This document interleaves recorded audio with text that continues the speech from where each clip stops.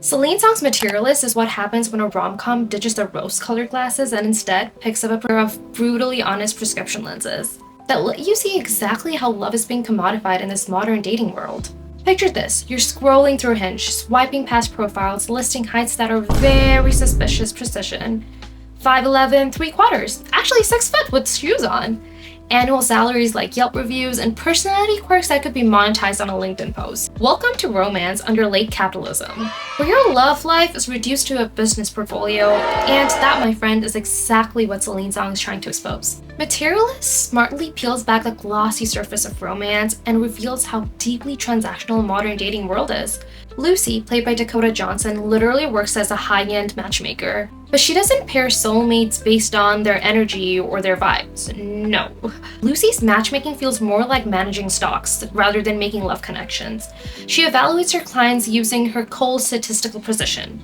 Their net worth, their job title, their educational background, and yes, even surgical enhancements such as height augmentation is discussed casually as if adding inches to your height is a resume booster. It's absurdly funny, but it also hits home because we've all witnessed this culture of relentless self-optimization, especially with dating apps nowadays. It's kind of very relatable. Dating apps like Tinder, Bumble, and Hinge mirror the logic of the market.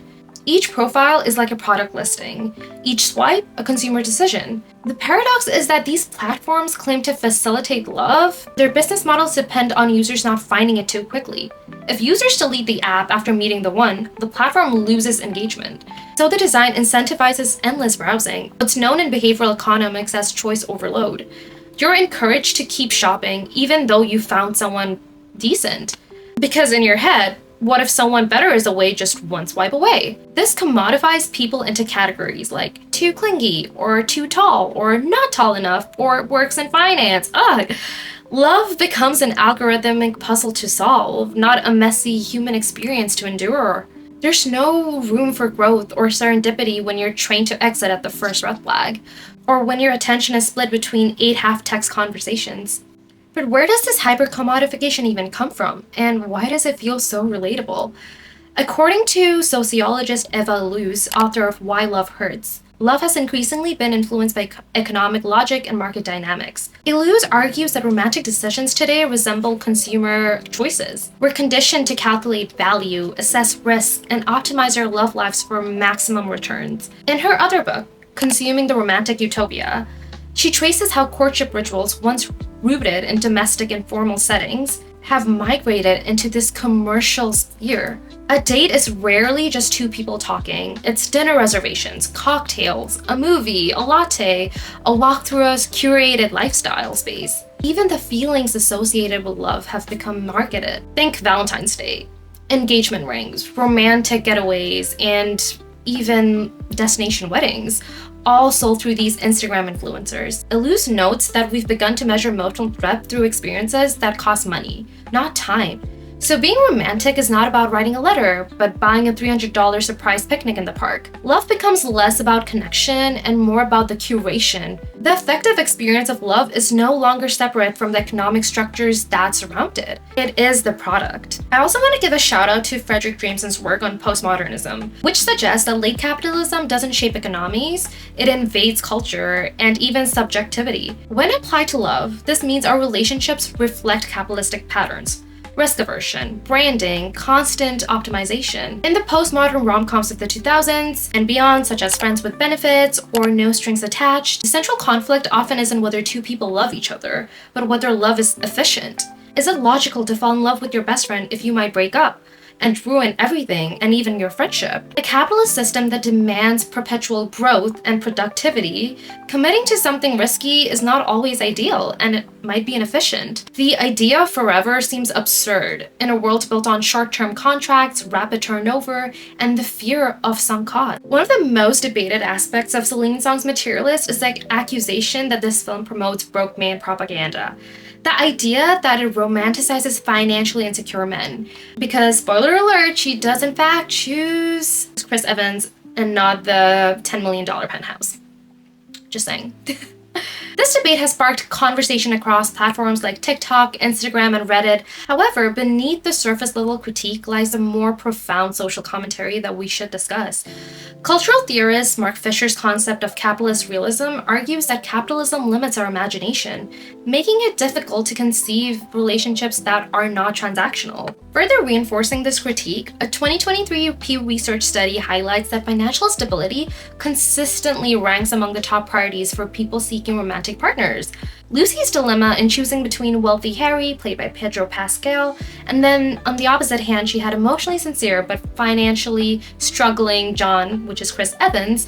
Does she prioritize financial security and societal approval, or emotional fulfillment and vulnerability? Not to say that she can't have both, but obviously this movie presents these two different things, and it allows us viewers to really engage with the idea that, hey, would I be okay with financial stability, or does my romantic life require vulnerability or that emotional presence?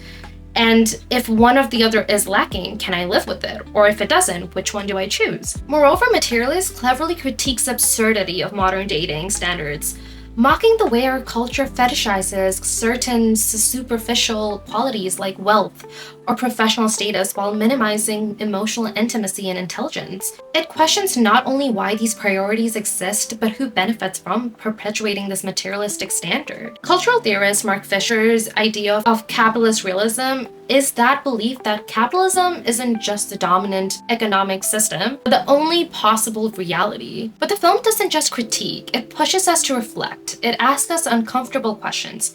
How complicit are we in maintaining the system? Are our romantic expectations truly our own, or have we internalized market logic so deeply that we can't distinguish genuine feelings from culturally instilled desires? In popular media, particularly reality TV and dating shows, we often see love reduced to competition. Shows like Love is Blind or Too Hot to Handle frame connection as a game, where players compete for emotional payoff or brand deals. A recent Yes magazine article argued that we now view people as disposable. Once they no longer serve our emotional or aesthetic needs, we just move on and push them away. This mirrors fast fashion, fast food, and even fast content. Even tech talks about healing and self-worth, and sometimes encourage a hyper-individualism that mirrors capitalism itself. Cut off anyone who drains your energy. You don't owe anyone an explanation. If he wanted to, he would. These affirmations, while sometimes healthy, can actually flatten the complexity of real relationships. We're not taught to repair, we're just taught to replace. And let's not forget social media's role in reinforcing this commodification.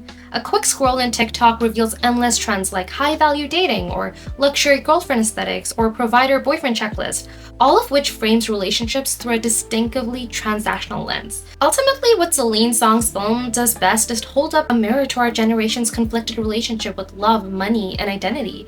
It's not preaching a return to pure romanticism, nor is it fully endorsing a clinical outlook.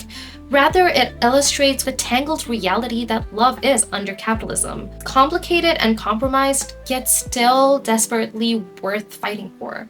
Because at the heart of it all, Materialist reminds us, despite the spreadsheets, the profiles, and the calculated swipe right logic, the messy, irrational part of our hearts often speaks the loudest. And maybe, just maybe, that's exactly how it should be. Also, if you're new here, I'm Nash.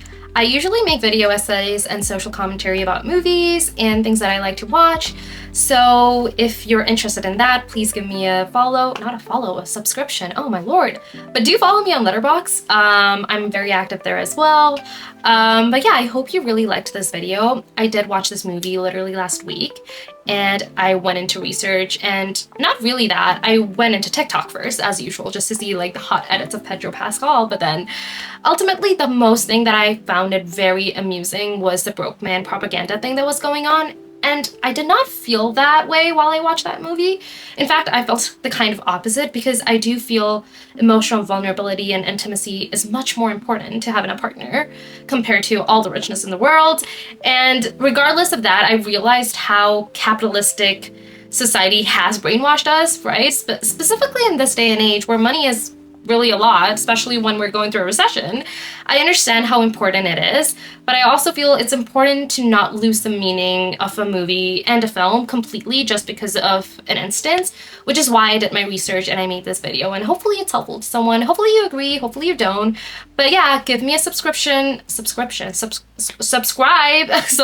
if you like my videos and if you want more. I have a few more videos planned coming up this summer, so yeah. Hope to see you guys soon. Ciao. Oh wait, I have a surprise. My cat. Say bye. Bye. My other one's sleeping over there. Oh, she just woke up. But yeah.